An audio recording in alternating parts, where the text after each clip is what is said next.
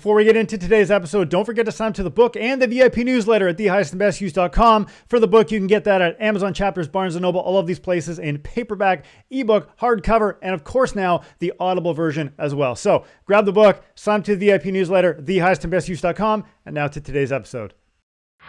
I am Mark Baltazar, and the highest and best use for my business is uncovering value-added properties and generating value for my investors.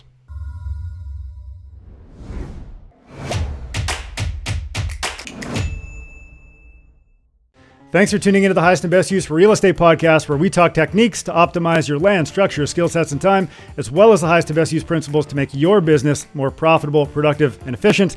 I'm your host, Ryan Carr, reminding you that good deals are found, great deals are created. And today, I'm so excited for this. We got Mark Baltazar on the show. He is the co-founder of Peak Multifamily Investments.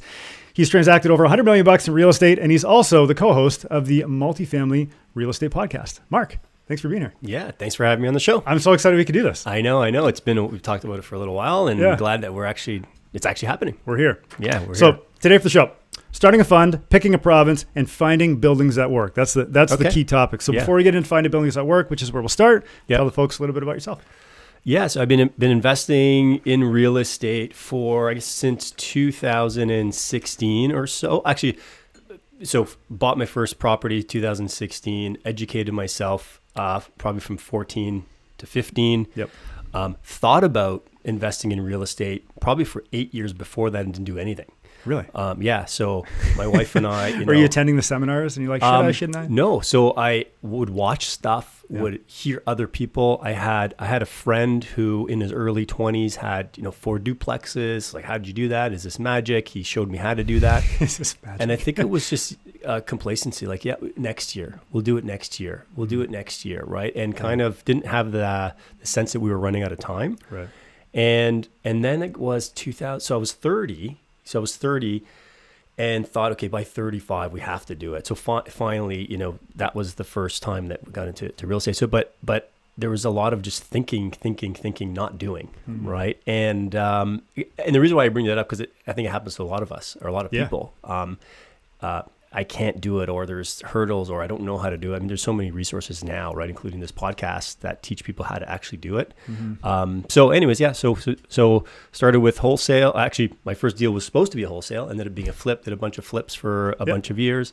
Held some duplexes, held a fourplex. I think it was the largest property I had, probably in maybe 17, and then moved over into apartment buildings late 2017. Nice. Yeah. That would be before the quote unquote masses, like the duplex crowd, moved into apartment buildings. You're Yeah.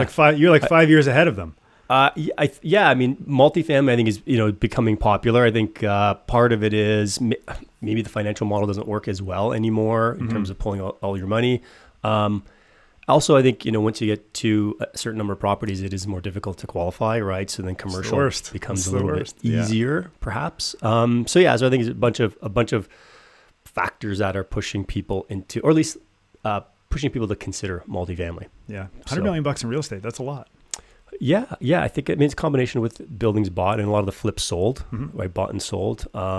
We're doing it in GTA, right? So GTA prices are, a little heftier, and there's a few kind of under $2 million houses that we sold, like Mississauga, Georgetown.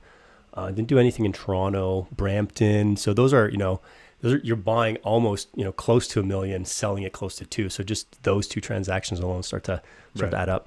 Yeah. So how many properties do you hold now? Apartment buildings are 8. 8. Yeah. Does that total, what is that? About 40 million. 40 million. So were those part of the 100 when you bought them, or did that come after the I fact? don't know. I'm not even sure. Not even sure. It's probably a little bit more than 100. But yeah, right now, just because the flips were probably about 25-ish or so, give or take. Some were, I think the lowest priced one was maybe 300, and then it was kind of anywhere from 300 to 900 purchase, and then the sale would, whatever the profit was on top of that. Nice. So the transition to buildings, how do you identify a good deal? So right now, our strategy is value add, right? So undermanaged. So I guess the criteria is undermanaged, the physical plant, right? Or the physical, the bricks and mortar, maybe it's not, it hasn't been managed properly. It's deteriorating, hasn't been upgraded. So that's the physical part of it. And then financial opportunity, right? So rents or income are just not optimized, right? So knowing your market matters, right? In order to know if something is, quote unquote, a deal. And I think when I say deal, and maybe perhaps when you talk about deal, it's not like you're getting an amazing price. Right. It just makes sense for your model, right? Okay.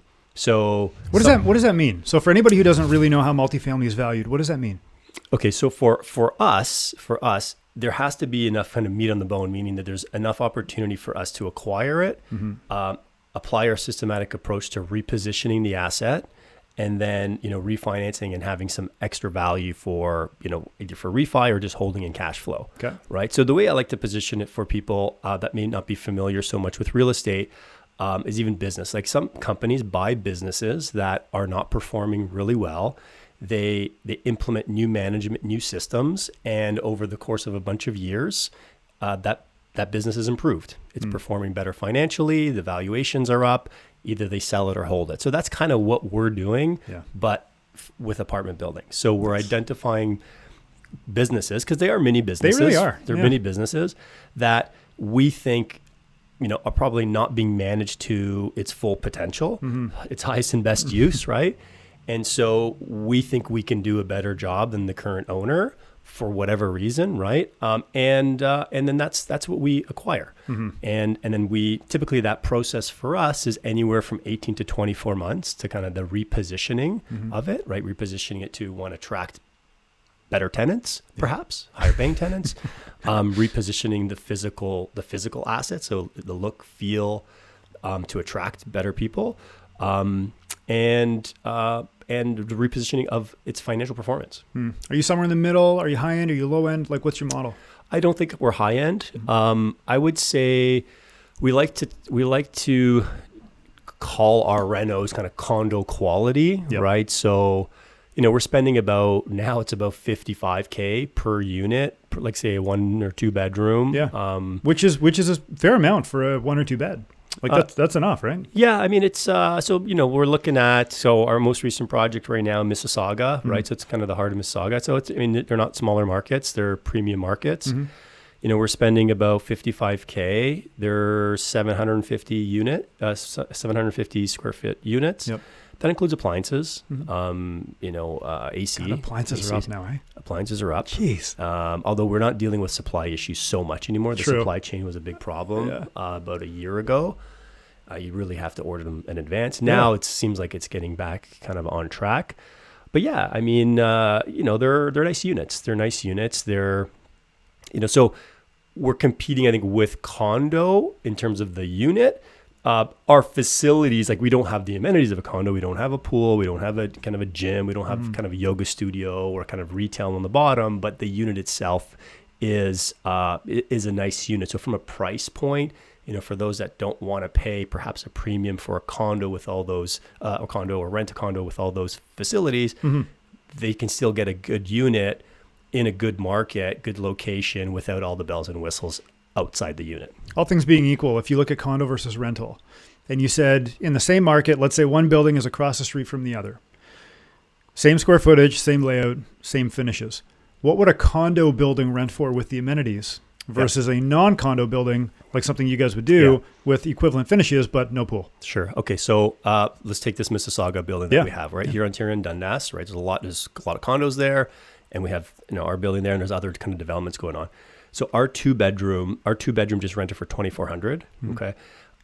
Condo, right? In a condo with parking perhaps downstairs, pool and such, you're probably looking at $2,650, $2,700, maybe even $2,800 for a 2-bedroom. And do you think the difference is the condo fee? In terms of what people are paying? Yeah. They're newer structures, right? They're also newer buildings, right? Like our buildings were typically built in the 1960s, 1970s. This one in particular is 1970. We're up against condos that were probably built in the 80s, 90s, right? So just newer in general. And again, they're facilities, right? Like you have, the pool, gym, yoga, all this stuff, right? But it's not for everybody. Sure. Right? So that's kind of what So it's at a discount, but we don't have, again, those other facilities that we need to pay for. Yeah, I think there's probably a certain amount of people that just want to base amenities. Like I just need somewhere to sleep. I would just be happy to find a unit that has quartz counters or something. Like, okay, I can forego the pool. Yeah. Is that what you're seeing? Or the demand is crazy. Yeah. Right. So on this building, for example, was just acquired, we closed in August. Okay. So when it was put under contract, it was probably, I don't know, March, April. So about a year ago. So the process by which we assess what is a good deal, there's financial underwriting, right? So what is our pro forma? What do we think we're going to get from a rental standpoint? Can we achieve the rents that we need to achieve in order to make the model work? So at that time, our projected 2 bedrooms, I believe, were about 2,100, 2,150. That's what we thought we could do in the market. So we're about 300 more than what we thought. And that's because, we didn't do anything special. They're nice units, but it's also just a reflection of what's going on in the market. The rental demand is significant. Mm-hmm. So when you guys are looking at buildings, are you saying, okay, this is the time frame we have to do cash for keys for certain tenants, or like what's really driving the value? Is it purely just rent lift? Rent lift is primarily, Okay. primary. So rent lift comes in a few different forms. One, turnover, right? So typically you do get natural turnover when you start renovating. People don't like dust and noise. We do work with tenants on a cash for keys basis if we need to. You get natural stuff. This building came with 6 vacancies, so we negotiated some extra vacancies. There were, I think, 3 or 4, if I remember correctly, at the time when we put it under contract or went firm. Over the course of the due diligence period, a few other people turned over. So we took possession with 6, maybe 7 vacancies. So that really helps. Nice. It's an 18-unit building, so it's a significant Bonus. proportion, right? Yeah. Yeah. Did it hurt your financing on the way in? No. The lenders that we use understand the model. And so they're a little more relaxed on the debt coverage ratio going in. Yeah. Right. So let's say traditional lenders, if you can call them traditional lenders, are looking for a debt coverage ratio. So the ratio between net operating income and your interest payments above 1, typically, right? 1.1, 1.2, CMHC is 1.3. The lenders that we work with, bridge financing, to begin with, they're flexible with going under 1, right? Because they can see the model. They're like, okay, there's lift there. We can work with that. I get it, right? Yeah. I get so, and on a case-by-case basis, and also we've worked with them a number of times before. Sure. So, is it private or institutional? So the money is coming from institutions, but it's a private mortgage company. Yeah, nice. Yeah. Yeah, so they do work with B lenders as well as their own capital, and depends on the deal, they'll mix and match, their own pool of funds that comes from their own fund actually, and they'll mix in B lender money sometimes as well, just to kind of to make it up. What's your favorite kind of strategy for cash for keys? Like if you have to go and door knock, right? Mark's bought a building today and he has to go door knock 12 of the 18 units. Yeah. Knock knock. Hi, I'm Mark. I just bought this place. Or like, how do you negotiate that? Typically within the first week or two, hey, like to introduce ourselves. Now we've tried it a few different ways. We've had property management do it. We've done it, and we've had third parties do it. What's more successful? Us, the owners. Yeah, always. I'm not sure why that is. I'm not sure. It'd be something great, that I'd love to delegate. We've tried it. It's not as effective. And kind of just in terms of highest and best use of your time, it's a good use of time given the value lift that you get per unit. So the first is just an honest conversation. Hey, we're just about to go through a bunch of renos, right? If you don't want to kind of be here during that, we can provide you a financial incentive to, or help you find a place. So we've helped people find other places. We've put a leasing agent on that. Yep. Covered moving costs, financial incentives. So a lot of times it's not just money, right? It's like, how am I going to get myself and my child to the next place, A to B? Can you help me find it? So it's not just financial, although that's a part of it. To help me with the process, right? So that often happens. And, you might get uptick on that. You might get some compliance there. But the main thing is that they know that there's an opportunity there and there's a window. And oftentimes they might not, agree to something right there and then, but at least it's in their mind. And oftentimes it's, a few months later, it's like, hey, can I still take you up on that offer? By the way. So, yeah, it just had to happen this week. Are they ever planning to move out anyways? And then they're like, oh, I guess I'll take the deal. Maybe. Yeah, probably. I think yeah, for sure. Yeah. For sure. How do you find buildings in volume? So my partner, Mike, he has a good network of brokers. He's built a good reputation over the last 5 years with and key players in the brokerage community, so the real estate brokerage community. Right. That deals specifically with commercial. And so typically we're getting stuff before it gets distributed to a larger database. Yeah.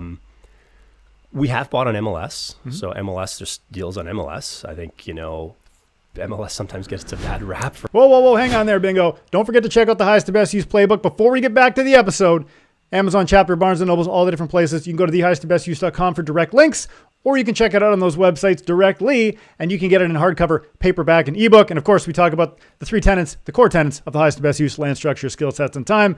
Those will really benefit your business. Now back to the episode. We're finding deals, but they're there. I mean, they're there. I was always like 50-50. I'm like half in the MLS, half private, that kind of thing. I think wherever a deal comes from, I don't know. It doesn't really matter where it comes from. Yeah. In fact, I think the perception of MLS deals is that they've been passed over from other investors, so it's probably the worst of the worst, right? That hasn't been my experience. Like the bigger deals aren't going to go on MLS anyways. Like I think you're probably looking at under 20 units. Right. There is some bigger stuff on there, but it sits for a while. Why do you think that is? Why it sits? Yeah. No. Why do you think that the bigger stuff doesn't actually hit the market? For a couple of reasons. I think the owners don't want it publicized that they're selling their building. It's so privacy and confidentiality. Also, the larger buildings, there's only a few people that are going to buy it in the country, like institutions or private investors. True. And so working with a good broker like a CBRE, a Collier's, at Avis & Young, there's a whole bunch of them, right? Just naming a few. They have the database of the 2 or 3 that are probably going to buy it. And so they're going to go out to those 2 or 3, or maybe even up to 10 if it's a bigger deal. Right. And that deal is going to get done. So it doesn't need to be published Sure. To get a deal done. Do you think they skip a lot of the tire kickers in that respect? Or do people just know, like, I can't close on 100 units? 100%. Yeah. For sure. So you can go onto their website and be asked to be put on their email list, right? And you'll get deals. But a lot of times, like I think about the Mississauga building, we went firm on a building in Orangeville that was not sent out to any database. It was brought to us and another party. Yeah. Right. Oftentimes it doesn't need to go, to a wider community. At least you hope it doesn't. You're like, hey, whoa. Yeah, don't send this thing out. Yeah, at the end of the day, the broker needs to get the best deal, right? But it's not always about just getting the best price. It's also knowing that it's going to close and close on time. Even as an agent is acting as a fiduciary for their client, like that doesn't always mean dollars, right? Sometimes terms are more important. Yeah. Like a close at all is more important than anything, right? So like if that is the end goal, and you're trying to close, like that's number one. First, can we get paid? Then how much do we get paid? When do we get that money?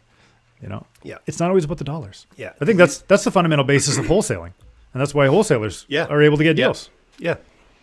At the end of the day, like these owners are business people, right? So they just, there's a number, there's timing, and they got to execute. Now it's not that, an extra 100K or 200K is not, they're not putting that aside, but they might not get that in an open, right. Like really open market. Financing, stock financing. So we talked a little bit about it already, but I mean, when you're closing on a building that has multiple units, some are filled, some are not, the building could be any condition, any mismanagement, whatever.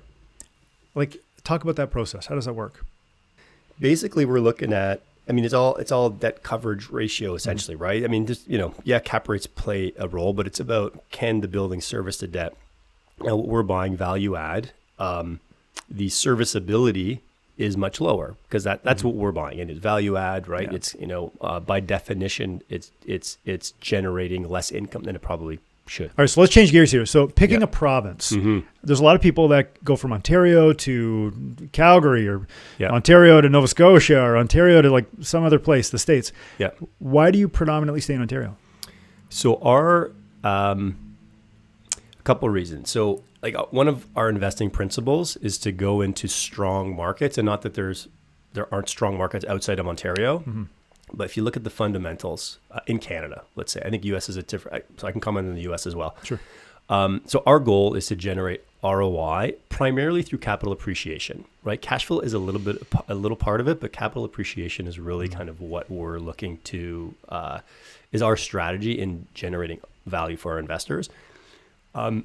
Ontario and the markets that we're in specifically, so we don't go into smaller towns, or we haven't yet. Not that we're not opposed to it, but we've typically stayed in towns that are 100,000 plus population. Yep. More. They have good transit, good business infrastructure, immigration and population growth, right? That's a big one, right? So as immigrants come into Canada, most of them are coming into the GTA and surrounding area. Yes, right. They're going to other provinces as well, but there's so much rental demand in this province. Yeah, they drip into Toronto and spread. And they spread, right? That's right, yeah. And sure, there's migration into other provinces, right? But go where your customers are. Yeah. So we're very happy with kind of what this market has to offer. On the other side of it, you do pay a premium for it. Sure. Right? So you're not, we're not buying things at $80,000 a door, right? It's 300 plus a door. Some markets, like maybe in Hamilton, it's 220, 200 maybe, 250, right? So you are paying a premium for it, but what we are comfortable with is when if the economy shifts, right, as things are shifting now, and people start, looking for jobs, and there's turbulent times, typically these markets remain unfazed. Right. So it's the smaller markets, I think, that hit the most. Why do you think that is? Well, I think the smaller markets are relying upon one or two businesses or one or two industries, let's say. Yeah. And so I think there's just a little more volatility when there's fewer. Like it's a mining town, or the cardboard box factory shuts down, or something happens. Yeah. Yeah. Now, in those towns, your cap rates are higher. Right. So you can, you're more likely to cash flow perhaps sooner or out of the gate, perhaps even at purchase, potentially. Just a note on cap rate. So the higher the cap rate, so cap rate is a reflection of risk as well, right? Yeah. So if your cap rate is higher, yes, you might get cash flow out of the gate, but there's also a little more risk built into that. That's why you're getting paid the premium up front. For sure. Whereas in the GTA, your cap rates are lower. So you're less likely to cash flow out of the gate, but also your property values aren't going to be fluctuating as much as they would anywhere else. Some of the stuff in the beaches trades at like a 2 cap. Yeah. A 2 cap. Yeah. A 2 cap. That's appreciation. Like that's insane. Like you're not buying that for cash flow. Right? Holy smokes. Yeah. So like when somebody's looking at a building like that, whichever province they're in, do you think cap rate's a primary motivator in where people are purchasing? I think from the people that I know that have gone to Alberta, I think it's been driven by two things. One, cap rate. I think cap rate is part of it, but also I think landlord-tenant laws have also been a strong push or impetus for people to go out to those markets. New Brunswick or Nova Scotia was the same a few years ago, but then they quickly changed their rent control laws. I think it's back to what it was before, meaning that you can change your rents to whatever you want. So I think the landlord-tenant laws in Ontario make it tough for these kind of turnover types of strategies. Right. But your ROI is still very strong, right? Because again, your cap rates will continue to compress, although they flattened out a little bit over the last year as interest rates have gone up. So again, we're not opposed to going to other places, but we have a good business here in Ontario. We know the market well. We've looked in the East. We're looking in Alberta, but I think the ROI is still so strong here. Sure. Based on appreciation and what's happening with the intensification. Yeah. Got it. Would you agree that we are in a housing crisis that everybody says we are in? If I look at how quickly our units get rented and our vacancy rates being pretty much zero, there's very high demand. Like I mentioned, I think a few minutes ago, when we did our pro forma for our most recent acquisition, we're up $300 from our pro forma. Yeah. Now, we typically like to underwrite conservatively, but we also know the market. We also can't underwrite so conservatively that deals don't make sense. Sure. Right? There's a little bit of a balance there. Yeah. It's up $300 almost in a matter of less than a year. Yeah. Yeah. Do you feel like you're immune to shiny object syndrome? I wouldn't say immune to it. I can control it better now. It's like, it's your inner reflex. You're like, no, I gotta shove it down. I gotta force it away. Yeah. All your systems are here. Yeah. Systems are here. Yeah, that's it. Systems are here. Now, you can duplicate that. You can kind of go elsewhere. There's a process. I mean, with the launch of the fund, that's also taking up a lot of mind time, right? So again, there's only so much time in the day to kind of really focus on specific strategies. So now with the fund, it's kind of capital and capital markets. We have the systems. We don't want to disrupt the systems that we have from an operations standpoint. Yeah. The way we look at our businesses is capital markets, right? Which is capital raising, lender relationships and such. And then operations. Our operations are here. We have the systems, we have the teams, we have the third-party partners to execute. Sure, we can find, I'm sure, similar elsewhere, but right now that would be a distraction. Yeah. So let's go into the fund. Why start a fund? I mean, you were successful before, and now you're going into the fund and scaling it up. So why? Why start a fund? So it was not a light decision. So my partner Mike and I, we considered it. We batted the idea around for probably 18 to 24 months before pulling the trigger. About 9 months ago, and the reason why it took such a long time to decide, because it's a process. It is a process. There are requirements. More requirements, there's a little more effort, there's more red tape, essentially, to deal with. And so once we decide, so the reason why we decided to do that for two main reasons. One, scaling, right? So we wanted to build a portfolio that was well north of 100 million. Yep. And a big part of that is capital. And so the way we were raising money before, essentially, was anytime we'd get a deal, we'd start to kind of raise. We'd always have stuff going on in the background, but it became stressful. You get a deal, okay, now let's kind of get people in, and then it's like, what if we don't? And a lot of times, actually, just to close it, we put in our own capital to close it and then continue to raise. So the process was stressful, and feel that the fund will just be a little more a more predictable flow of capital. Yeah. How is it different than raising money from a joint venture partner? So, like, for example, if you bought a 20-unit building in Mississauga, right? You'd call up your partners and be like, hey, we need this many millions of dollars. Let's close on this thing. And this is our strategy. How does that different than saying, okay, now it's going to the fund. It's not going to you and your partner directly. Yeah. Okay. So the proposition to the investor is a little bit different. One, it's not one building, right? So there's a little bit of diversification. So you're investing in a portfolio of buildings, not just one, right? So there is some risk mitigation there. Instead of being one, it's multiple. And it's not just on a deal. We're not raising capital just when we have a building to buy, right? Okay. There's a portfolio that exists and is operating, and so as money comes in, we can buy more. But there's already a set of assets in there, appreciating capital, appreciating in value, and generating cash flow. Sure. Right. So the conversation is it's more continuous versus deal specific. Okay. Or even, if we were talking to investors before, hey, in fact, this happened a lot, is when's your next deal coming? We have, X amount of money. Oh. We're looking. And okay, 4 months down the road, hey, you still have that capital? No, I put into something else. Right. So people aren't also going to wait around for the right deal if something else pops up. So it's just a little easier to move people in. The other big reason from a capital standpoint is that we can take in registered funds. Sure. Right. So RSP, RESP, TFSA. So that opens up a wider group of people to talk to. Right. Before we were doing $100,000 minimums. Now it's 10,000. Right. Right. So the population kind of opens up. So it kind of helps with the scaling side of things. Does that get hard for you on the compliance side to say, okay, we're going to take in 10 versus take in 2 million? I mean, it's the same activity, but it's a lot different dollar figure, right? I find the compliance part now easier, actually. Easier? Yeah. So Wow. And the reason why is because we were working with a securities lawyer well before the fund. Probably, maybe it's probably been 2.5 years where we engaged with a securities lawyer just to ensure that we were doing things, properly. Now with the fund, we have as kind of part of our exempt market dealer, a chief compliance officer. So anything we put out there or we say or are about to say or market, we run it through a compliance officer. So it's I sleep better at night for it. You're right? Like, we're compliant, we're good. Yeah, we're good. So we have someone else kind of helping us determine kind of what works, what doesn't, right?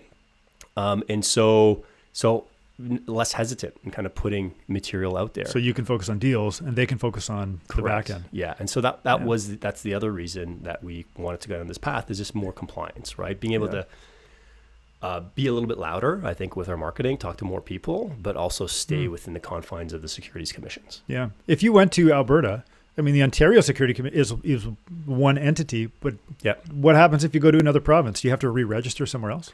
So our exempt market dealer, we work with an exempt market dealer, which essentially is the intermediary between, companies like ours, like a REIT, like an operating company, an issuer, and the investor. So they help investors determine if an investment like us is suitable, right? So there's some regulatory stuff that they do. Yeah. The EMD that we're working with is registered across the country, primarily BC, Alberta, Saskatchewan, and Manitoba. I'm not sure how far east they go, but so our investment is available in these other provinces because it's available across the country. Yep. Logistically, I don't know exactly how it works from a legal standpoint, but our EMD is registered in multiple provinces, so they can accept investments from people in those provinces. Yeah. So then, when you're taking funds in for people, like wherever they're from, doesn't matter, right? Yeah.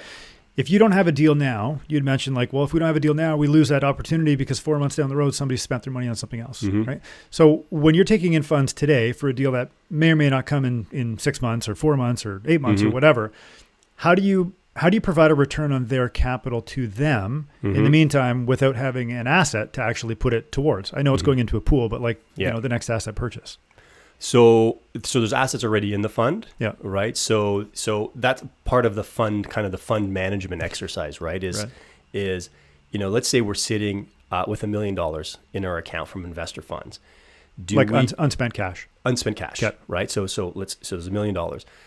Do we wait to get $2 million to buy a larger building, or do we invest that $1 million into a smaller building, right? Right. And so the reason why if you wait, right, then that capital is starting to get diluted, right? Because the time, cost of money is sitting there. It's cost of money, it's sitting there, right?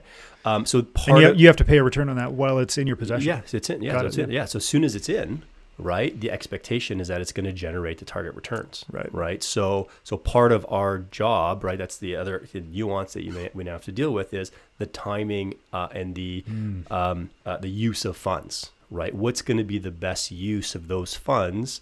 Is it to wait and maybe get something larger? The benefit of having something larger, it's a little bit more efficient. You might not need as many unit turns as a proportion of it. So there's benefits to scale. Sure. But also there's downsides to holding money too long. Yeah. Right. Well, because it's like, if you're going to pay a distribution, are you paying a distribution for profits, or is it like return of capital? Yeah. Yeah. Right. So in the short term, what does that have to be? Is it profits or is it return of capital? Yeah. Return of capital. Yeah. Yeah. In the meantime. Yeah. Interesting. Cool. So are you allowed to talk projected return? Yeah. So our projected return is 11 to 13% per year. Cash, equity, how does that break down? So so in our OM, we're not expecting distributions in the first, I believe in there it's a year or so, maybe it's a year, 18 months. And it's by definition, we're buying things that are not performing, and it takes us about that long to turn it around, right? It's also the benefit of RSP investors is they're not looking for distributions to use today, right? They can't access it anyway, so can't access it anyway, so you just get dinged with your redemption penalties. So we are targeting a distribution. It would be quarterly, but most of our ROI growth would come from capital appreciation. Sure. Yeah. So then how does something like this, how much does it cost to set up? Because you spent time, you spent dollars to to get away from JV partner sourcing to now you're an entity. Yeah. It's like, what does that cost? So we're probably it's probably about 175-ish. Yeah. Give or take 1,000. Yeah. Okay. Yeah. That's not as much as I expected. Yeah. I thought it would be more, just given Yeah, like 12 to 18 months or? So we did it fairly quick. Okay. So we spun our wheels. So once we decided, we spun our wheels for about 2 months, 2 to 3 months. Just fine. Okay, now what? Okay, we decided. Now where do we go? Right. So we spoke with some law firms. We spoke with some large exempt market dealers. We spoke with some people in the industry, right? And it was just like we're just kind of trying to really understand, and we just didn't really know where to go. Sure. For those few months, then we found someone. We hired a consultant that had been in the business for 35 years, had started an EMD maybe 15 years ago, sold his share, one of the largest in Canada, so knew this space had been around for a long time. Hired him to just tell us what to do. What do we do? Where do we go? Who do we talk to? Made the introductions, and that kind of kickstarted the process. So I think we started that like really kind of pen to paper, working with someone. We hired a company to help us design it, design the they call it fund manufacturing, like really figure out what are the features of this thing, like what are you paying, how are you going to pay it, like just the whole nuts and bolts of it. We probably hired them in July, August or so, and then it was just pedal to the metal. Like how did you guys arrive at 11 to 13 based on what they were saying?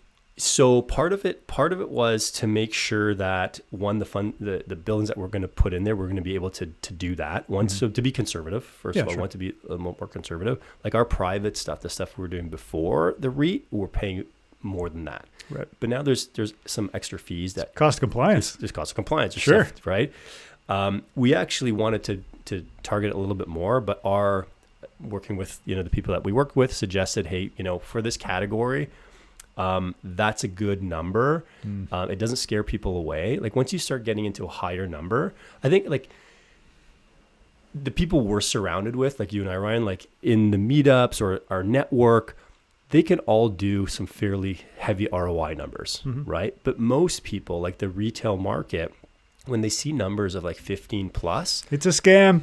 They like, go, oh my gosh, can you do it? Can you deliver it? So it also speaks to risk. Yeah. Right. So if it's too good, people go, oh, hang on. Yeah. And so, and part of this asset class, multifamily, it's not development, right? It's not industrial. It's meant to be like, it's stable. It doesn't fluctuate a lot. The returns aren't going to make you rich in a year. This is long-term wealth, right? Stability. People typically put in their portfolio to stay away from fluctuations. And because of that, you have a much more conservative ROI, right? So it was there was a lot of back and forth on that. It's probably the piece that we discussed, went out to and got feedback from a bunch of different people on it. And in the end, that's where we landed. So then let's talk safety. So if people are going to invest in you for the safety and to take out the highs and lows of a portfolio, how do you as a fund manager now say, okay, I've got all these people's capital. What can I do to protect it, both from downside risk and also maximize any upside potential that's there? Yeah. So part of it now, so with interest rates going up, we're starting to adjust how we acquire and the financing we use to acquire, right? Sure. So we're more open now. In fact, the building that we have under contract that will close in July or August, depending on kind of how things work out, will likely go into CMHC much sooner, right? So starting to use CMHC again out of the gate versus as part of our refinance option. So what that does is it just so you have to come up with a little bit more capital up front. Right. But the upside is you have a good rate, you have a cash flowing building out of the gate because the debt coverage ratio is 1.3, right? So there's, you don't have to stress about turning over units very fast, especially, turnover rates in general have dropped, right? So people are, because it's expensive to kind of move to another unit. So that's one way where we're just using different financing strategies to just mitigate some of the dynamics of the risk kind of. Yeah. Do you guys self-manage? No. So we have one building that we can still do on our own, like our first building, but we use third-party property management. Yeah. Do you prefer it that way? Like knowing that you're the better cash for keys guy than like a self-manager? There's no way we'd be able to manage like the number of units. It would be very time-consuming. Although we did experiment. So a year ago, maybe a year and a half ago, we brought on. So the plan was to actually bring property management in-house. Yeah, that was more so my question. Like, Okay, do you have yeah. management in? Not like yes, Mark. Like, Yeah, you know, yeah, banging okay, the hammer. okay, yeah. Do you guys outsource or do you keep it within? So it's outsourced now. Yeah. We did experiment about a year and a half ago to bringing someone in. So we did bring someone in. Mm-hmm. Great. She was really good. She was experienced, but not in residential property management. So she came from the commercial side, and dealing with big clients, like really big, like Government of Canada was one of her kind of clients, right? So process driven, like really just detail oriented. And she wanted to try out residential. Mm-hmm. So cool, no problem. We found that we were spending a lot of time kind of training versus having someone take the lead. It's a bit of a different animal, right? It's a different animal. Yeah. And so she felt it just wasn't right for her. And so she decided to kind of go back to commercial property management. And at that point we said, you know what, the amount of time it took just to kind of bring someone in, train them, get the system, like, let's just bring someone in external now, let them deal with it. They have their own systems. Later on down the road, we might revisit it. Yep. Right. But at this point, it's external. What loan to value on a property do you need to maintain in the portfolio to actually make the portfolio function? So the total portfolio would keep probably in the 70 to 75% range. Yep. That varies per building depending on the stage, right? So when the interest rate environment was, when the interest rates were lower, we were going up to 80 to 85% LTV on purchases. Now we're toning that back, right? So that we're less debt, more equity, right? Just to manage. Now, I don't expect rates to go up so much anymore for the next little while. Yeah. Maybe they'll come down, who knows? But the cost of capital is such that we're reducing our debt exposure, our loan to value, and going more equity. So you need more cash flow to support what's happening, right? Yeah.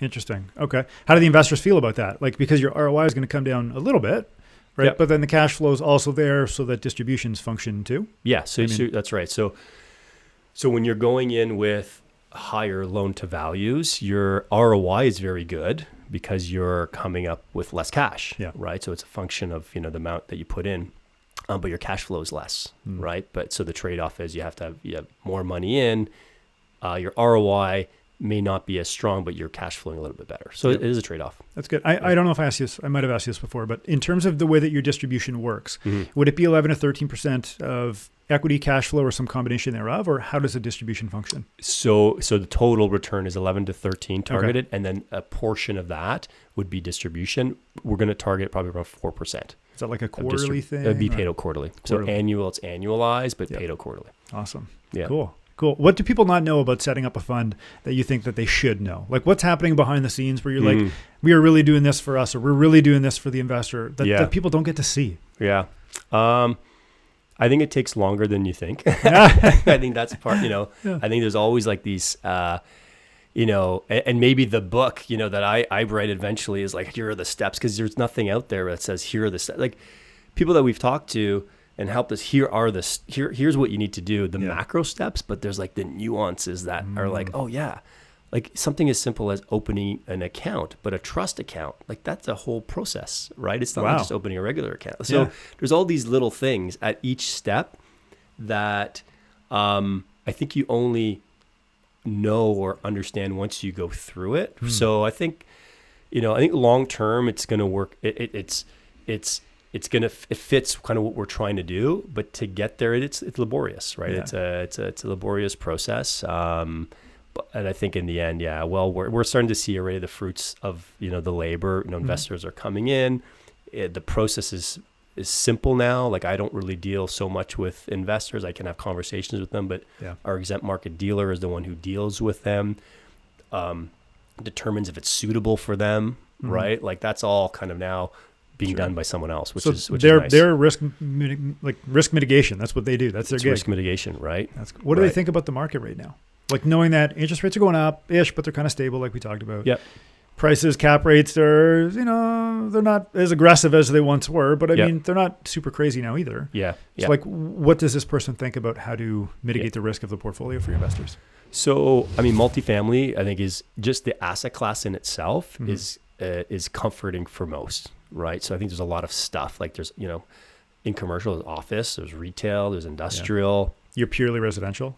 Purely residential. And again, because we're in Canada and immigration is, the way it is, right? 500,000 or so a year for the next little while. Housing supply issues, right? So the asset class has a very long runway, right? And typically, if you look kind of historically, during poor economic times, multifamily does well.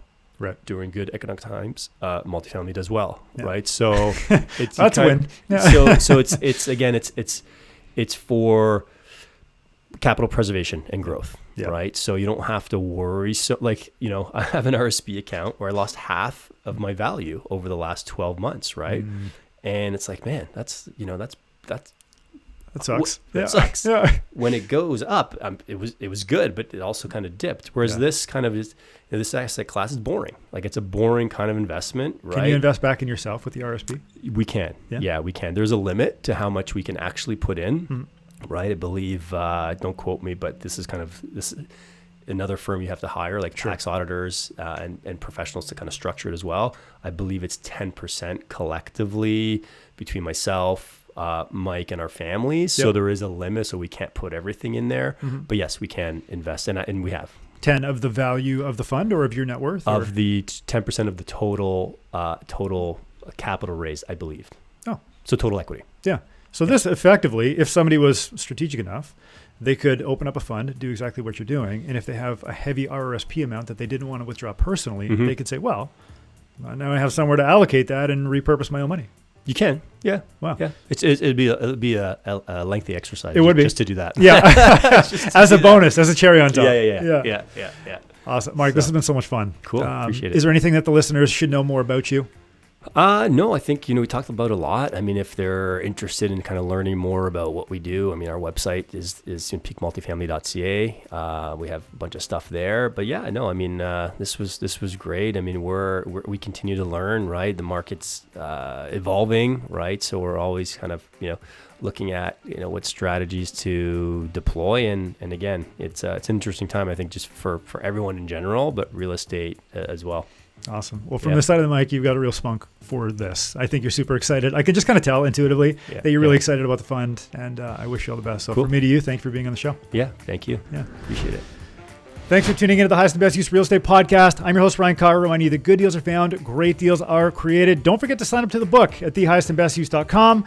Like, share, follow, and subscribe, and we will see you on the next episode.